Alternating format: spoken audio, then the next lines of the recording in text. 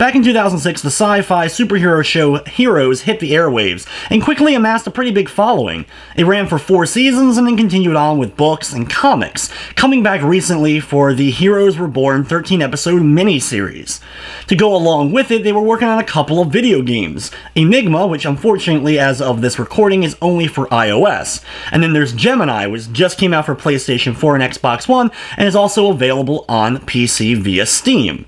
These games kind of work as sister games to one another and are prequels to the Heroes Reborn series. But we all know how licensed games go. Usually they end up pretty poor.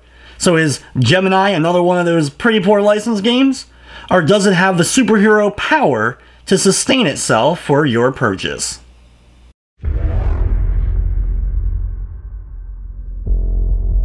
First off, I have to say, I'm not necessarily a big Heroes fan. It's not that I don't really like it, I've just actually really never had the chance to watch or really get into any of the hype, though I remember the commercials being absolutely everywhere when the show first initially aired. And my only real experience with the series is through this game, Gemini, and I have to say that's actually pretty refreshing. That way I don't have any pre-existing thoughts or feelings on how I think the game should be portrayed. And from what I've read, this is actually kind of its own contained story. This and Enigma together kind of combine for their own story within the Heroes Reborn universe. Though I'm sure fans of the series will see more connections, as I know I think the Quarry, which is the main facility in Gemini, is a part of the Heroes lore. The game, however, though, is actually surprisingly good, and I'm actually really glad that I picked it up, even though I wasn't necessarily a big Heroes fan going in. In Gemini, you're playing as Cassandra, who starts off by following a friend into a facility known as the Quarry. He works for a pharmaceutical company, and of course, slowly but surely you find out the truth behind this company. And also there's information in the Quarry about your parents, and you're trying to find out more information about what happened to them. Not far into the journey, your friend ends up getting captured by the guards of the facility, and as you enter, you slowly start to find out the truth about things, as well as gain new abilities to help you traverse the various areas of the Quarry itself. Besides your running and platforming, which kind of reminded me a little bit of Mirror's Edge, you slowly start to gain new abilities as you progress throughout the facility, including the ability to slow down time, which not only will allow you to kind of get away from enemies and rebuild health real quick, but also allow you to solve certain types of puzzles, or be able to get around your enemy altogether and kind of do some kind of sneak attack to them. You also get the ability to jump through time. You have 2 time periods. In 2014, where the facility has been destroyed, it's the current day. Or you can jump to the past of 2008, where the facility was still up and running. And you have to jump between these 2 time periods to get farther into the facility itself, and of course solve puzzles along the way. The ability to just flash right between the 2 time periods is a really cool aspect of this game. I was actually surprised when I ended up doing it. I was like, wow, this actually works, and it's so fast, there's no loading between, so it's really cool and makes it worth your while to keep jumping back and forth to see what other little things you can find, including of course looking for various collectibles throughout the game. The coolest ability, though, that you end up getting in Gemini, though, is Telekinesis. I'm a huge fan of the BioShock series, and Telekinesis is by far my favorite plasmid from that game. I loved running around and picking up various objects, as well as various enemies that I've already taken out and using them as weapons in order to throw around or solve puzzles by moving various things around with your mind. Having that ability in Gemini, it works just as well pretty much as it did in BioShock, and it was a blast. Not only picking up the bodies, but being able to pick up your enemies while they're still alive and then move them to a death trap, like throw them into a moving fan or throw them into like a circuits that are like sparking and just end up shocking your enemy. Or you can use your enemies as a shield, just hold them in front of other bullets that are coming towards you, and then throw the dead body towards your enemies to take them out. You can also, of course, just pick up all the various different objects throughout the rooms. As you progress, you get stronger telekinetic power, so you can pick up heavier and heavier objects. When you first start off, you're only able to pick up some of the more lightweight stuff that's scattered throughout, but slowly you're able to pick up the big heavy crates or desks or giant tables to help you not only take out enemies, but maybe move them out of the way or even help you solve puzzles. While traveling through, you're going to get attacked by an okay variety of enemies. Honestly, this is one of the weaker aspects because you're basically dealing with, like, facility soldiers, and the only real variety to them is they do get more powerful guns. You have, like, a ninja-type one that kind of gets in close and tries to beat you down with some melee weapons, and then, of course, farther in, you're going to get big, heavy, armored-type guys that are going to be using, like, rocket launchers towards you. What makes the battles even funner, besides picking them up and throwing them into various obstacles, you can also stop bullets or stop rockets, and then take it, grab it, and throw it back at your enemy, or grab a rocket and throw it at other enemies that are coming at you from the side. The combat is really cool, and in fact, I wish there was a lot more combat in the game, because the abilities are just so fun to use. In fact, I wish a couple more games, or another game, would actually use the same exact mechanic, because it's a lot of fun to take out the enemies in various battles. I was honestly disappointed with the lack of fights. Normally, if too many fights are in a game, you end up getting pretty bored if you're fighting the same guys over and over again. But in this game, I found that we actually could have used quite a few more battles and I still would have had just as much fun. Besides the combat, there is some puzzle solving, though it never gets too heavy on the puzzle solving. Some of it kind of reminded me of other puzzle-based first-person games like Portal, but never nearly as in-depth as a game that's centered around the puzzle solving. If you're not a fan of puzzles, I don't think the puzzles in this game will be a deterrent from your enjoyment overall.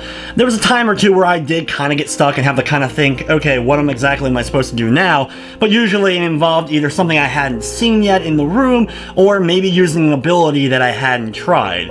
If all else fails, try to do stuff like slowing down the time, or look around the room. You may find an air vent that you can jump to that you didn't necessarily see when you first entered into a room. There's also a couple of segments of the game that are pretty platform heavy, and the platforming works pretty well. It's one of those deals though where I'm jumping long distances and kind of like looking the camera down at the ground to make sure that I'm lining up correctly with the next platform that I'm supposed to land on. But the platforming gets fun because not only are you jumping from platform to platform, sometimes you have to jump back in time to a previous area and then be able, oh, back in the previous time period, there was actually a platform in front of me, so I can jump to that. The game does a decent job with its markers that are spread throughout that you're going to be using to kind of find your way around, and they have different symbols depending upon if whatever you're looking for is in the present time that you're in, or in the opposite time period.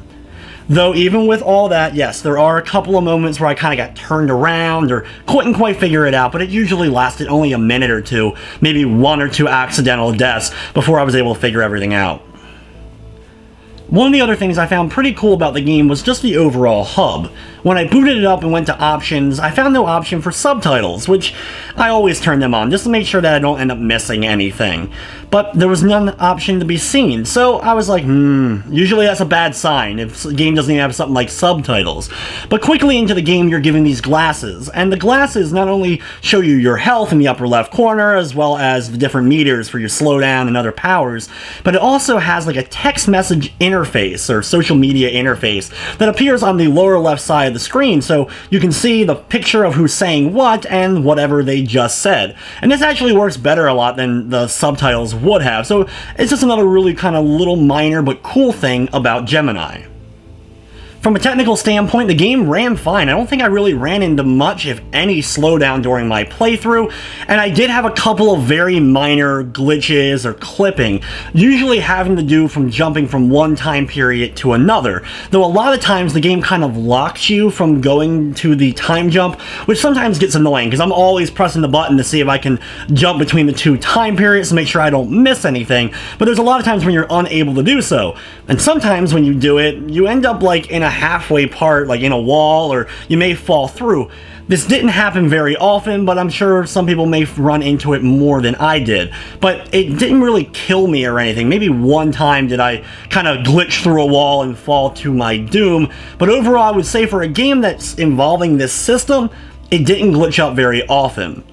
I also have to say that the soundtrack, there is a couple of tracks in particular that were quite nice, though the music is very hit or miss, and honestly there isn't a whole lot of music overall in the game, so I wish I could hear a couple of the tracks a little bit more. There's one in particular, like a softer kind of song, that actually was quite nice. I don't know if there was a composer for the game or if it came from somewhere else, but either way, the soundtrack for where it ends up hitting does the job, but it's nothing spectacular.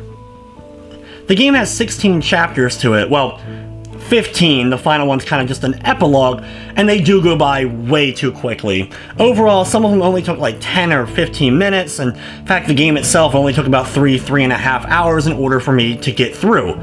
And normally I would shred a game. If this was a full price $60 release, I would shred it for being this short. But honestly, I had a lot of fun with the combat. I thought the puzzle solving and the different abilities that you were able to gain in combat was a lot of fun to play. I just wish there was more to it. I really do wish there was a few more levels to the game, because I had a lot of fun. I had no expectation going into the game, and I was kind of really surprised at how much I ended up enjoying this experience.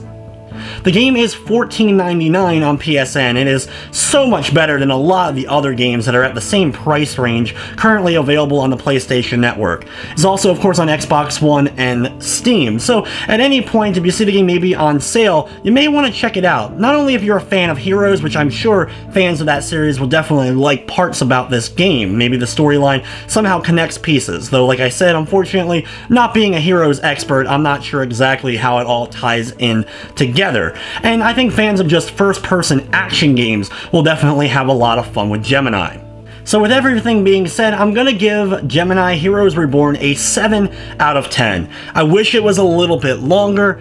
It kind of has some lackluster bosses, including the final boss. Honestly, I was not a big fan of, and there's only a couple of bosses throughout the entire game, so I really wish they were done better, because so much of the other parts of the game I thought were really well done. I had a lot of fun with the combat and the platforming and puzzle solving throughout. So I'm giving Gemini a 7 out of 10, and I think fans of Heroes and non-fans of Heroes will definitely enjoy. But guys, thank you so much for watching this review, and of course, I hope you enjoyed.